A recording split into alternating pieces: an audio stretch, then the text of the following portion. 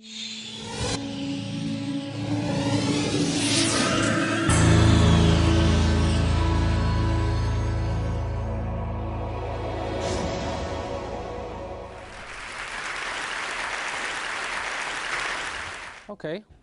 I have no idea what we're going to play. I won't be able to tell you what it is until it happens, so I didn't realize there was going to be a little music before, so I think I'm going to start with what I just heard.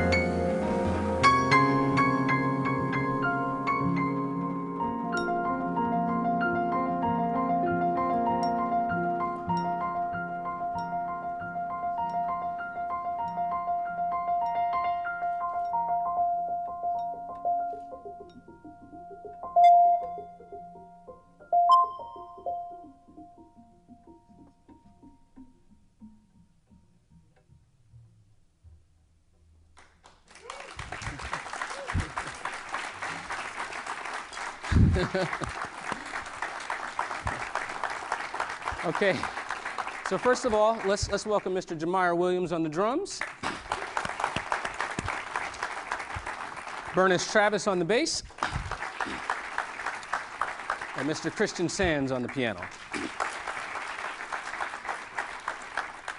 So the bandstand, as we call it, this is an incredible space. It is really a sacred space.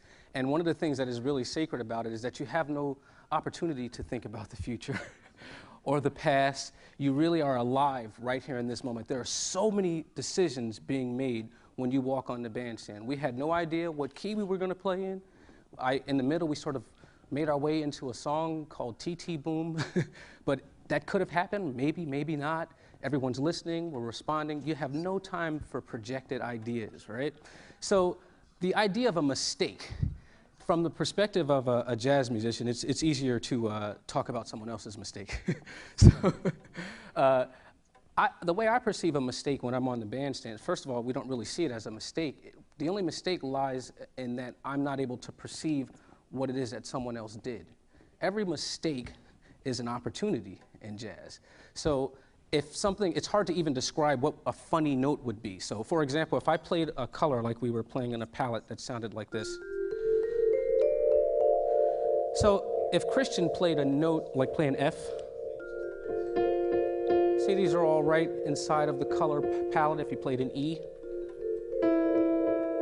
see these all lie right inside of this general emotional palette that we were painting.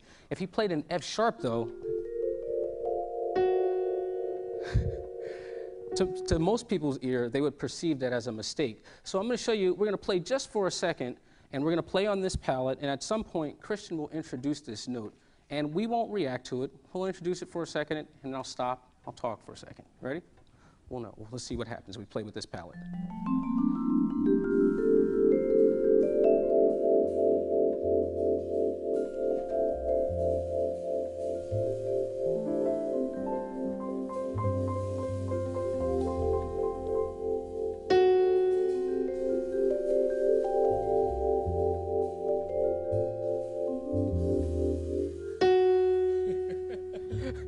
So someone could conceptually perceive that as a mistake. And the only way that I would say it was a mistake is in that we didn't react to it. It was an opportunity that was missed. So it's unpredictable. We'll paint this palette again. He'll play it. I don't know how we'll react to it, but something will change. We'll all accept his ideas or not.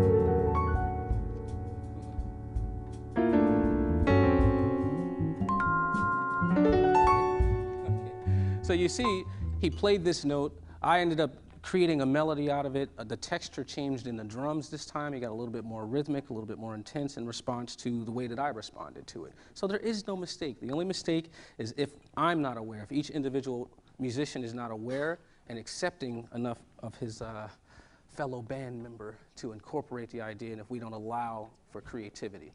So jazz, this bandstand is absolutely amazing. It's a very purifying experience, and I know I speak for all of us when I tell you that we don't take it for granted. We know to be able to come on the bandstand and play music is a blessing. So how does this all relate to behavioral finance?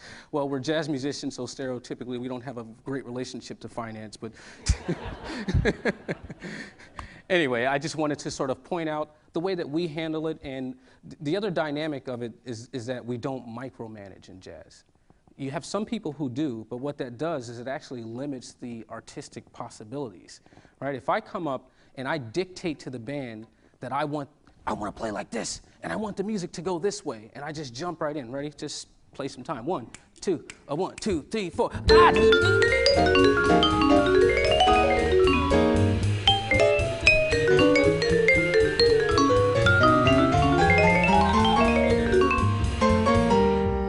Kind of chaotic because I'm bullying my ideas. I'm telling you, come with me over this way. If I really want the music to go there, the best way for me to do it is to listen. This is a science of listening. It has far more to do with what I can perceive than what it is that I can do. So if I want the music to get to a certain level of intensity, the first step for me is to be patient, to listen to what's going on, and pull from something that's going on around me. When you do that, you engage and inspire the other musicians, and they give you more, and gradually it builds. Watch. 1, 2, 1, 2, 3, 4.